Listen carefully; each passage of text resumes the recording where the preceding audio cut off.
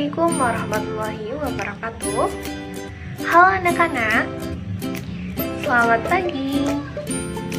Bagaimana kabarnya hari ini? Semoga selalu dalam keadaan baik ya. Nah, pada video kali ini saya akan membahas materi tentang kesebangunan dan kekongruenan segitiga. Sebelum saya masuk pada pembahasan materi, saya akan mengulas sedikit. Ternyata konsep kesebangunan dan kekongruenan segitiga ini banyak sekali diterapkan dalam kehidupan sehari-hari. Contoh, konsep kesebangunan diterapkan untuk mengukur tinggi gedung, tinggi tiang, tinggi pohon, tinggi menara, dan prinsip lainnya.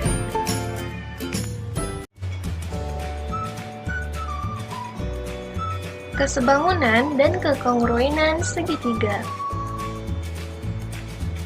Kesebangunan mempunyai dua syarat. Yang pertama, sudut-sudut yang bersesuaian sama besar.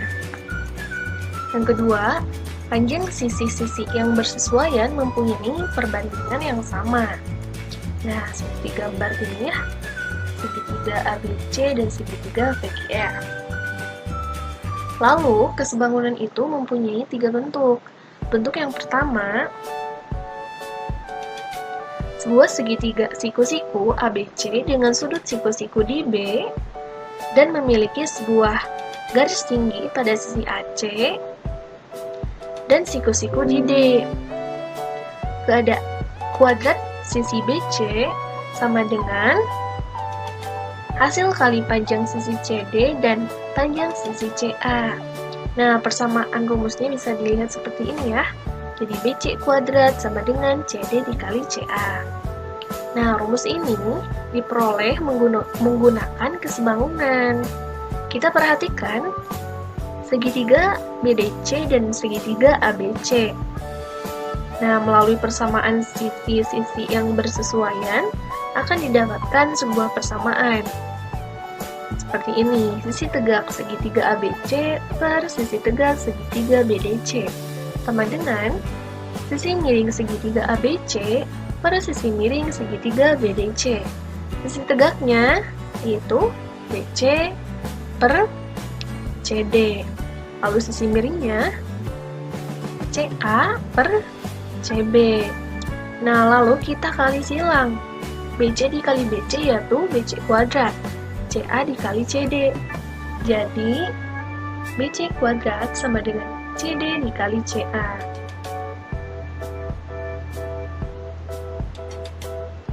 Selanjutnya, bentuk yang kedua.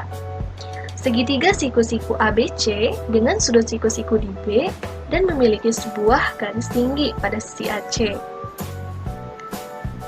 dan siku-siku di titik D. Nah, kuadrat sisi BA sama dengan hasil kali panjang sisi AD dan panjang sisi AC. Nah, persamaan rumusnya seperti ini. Jadi, BA kuadrat sama dengan AD dikali AC. Nah, cara memperoleh atau mendapatkan rumus ini dengan kesebangunan segitiga sama seperti yang bentuk yang pertama. Jadi, hasilnya BA per AD sama dengan AC per BA. BA dikali BA yaitu BA kuadrat. AD dikali AC.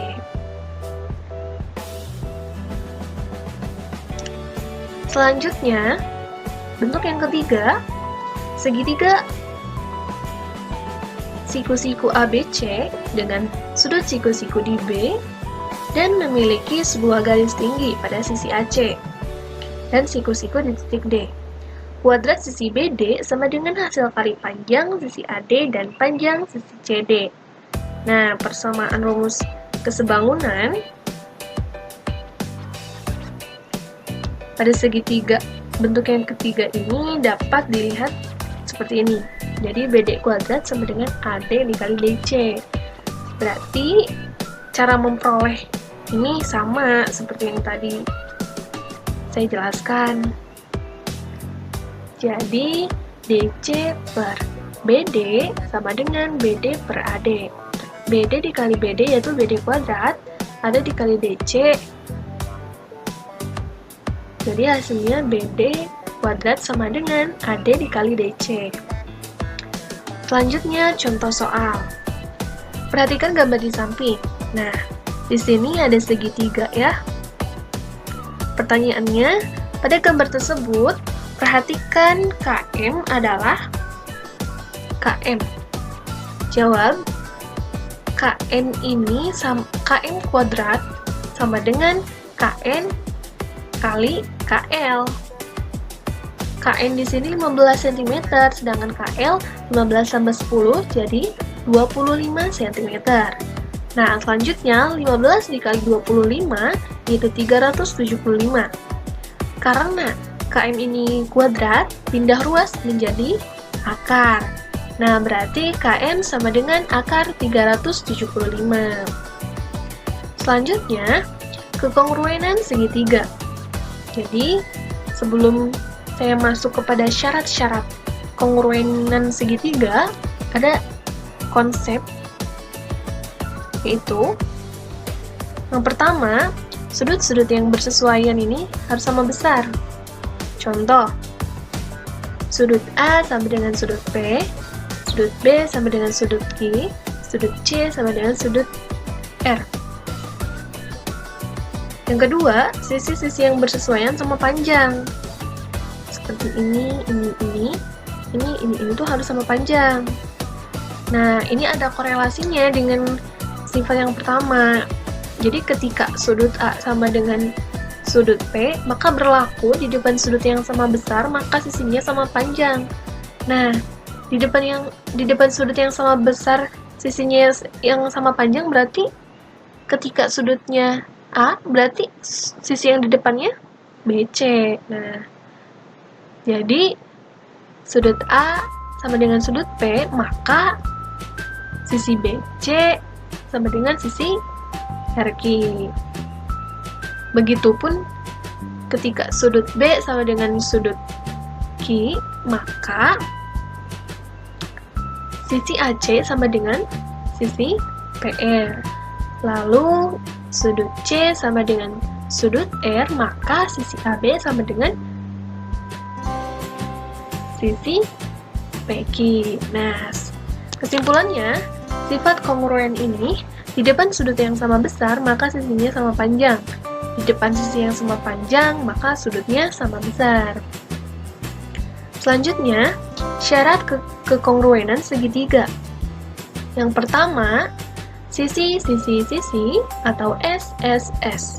Maksudnya, ketiga sisi bersesuaian sama panjang. Contoh, di sini ada segitiga ABC kongruen dengan segitiga PQR. Maka berarti setiap sisinya tuh harus sama. Kita buktikan ya. Sisi AB sama dengan sisi PQ, sisi BC sama dengan sisi QR, sisi AC sama dengan sisi PR. Nah, terbukti bahwa segitiga ABC ini kongruen dengan segitiga PQR atau SSS karena memenuhi syarat tersebut. Selanjutnya, sisi sudut sisi atau SSDS.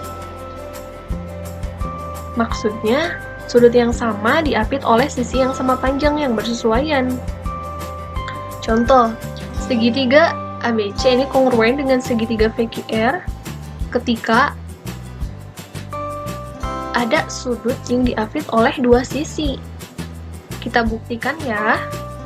Di sini ada sisi AB sama dengan sisi PQ. Lalu sudut ABC sama dengan sudut PQR. Selanjutnya ada sisi BC yang sama dengan sisi QR.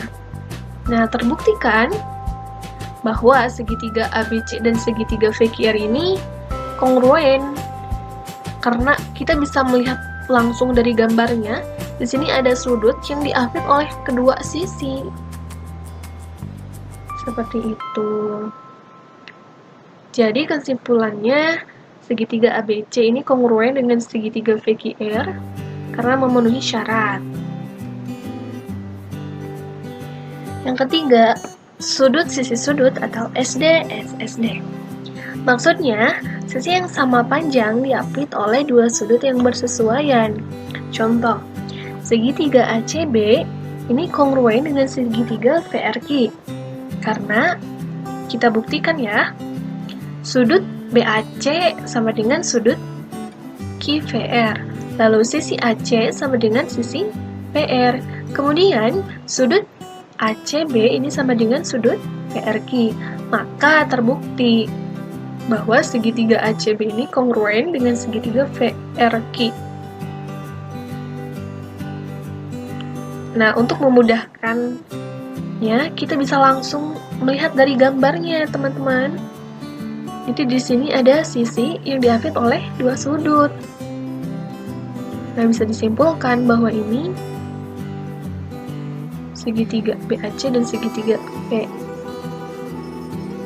QVR ini kongruen. Selanjutnya, contoh soal. Perhatikan gambarnya ya.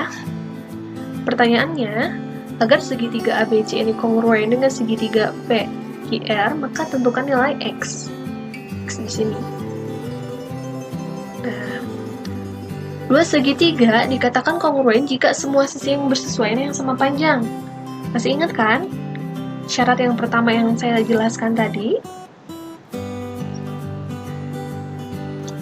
Nah, di sini sisi AB ini sama dengan sisi VQ, sisi AC sama dengan sisi PR, lalu sisi BC sama dengan sisi QR. Nah, kita akan mencari panjang BC dengan menggunakan teorema Pythagoras. Maka BC sama dengan akar AB kuadrat ditambah AC kuadrat. AB yaitu 6, berarti 6 kuadrat ditambah 8 kuadrat. Sama dengan akar 36 ditambah 64 sama dengan akar 100. Maka akar 100 yaitu 10. Nah, karena BC ini sama dengan QR, maka 10 sama dengan 3 tambah X. Nah, X ini kita pindah ruas ke kiri, maka 10 dikurangi 3 yaitu 7. Kesimpulannya, agar segitiga ABC ini kongruen dengan segitiga VQR, maka nilai X adalah 7. Terima kasih, semoga bermanfaat. Nah, gimana anak-anak? Mudah sekali kan dipahami materinya?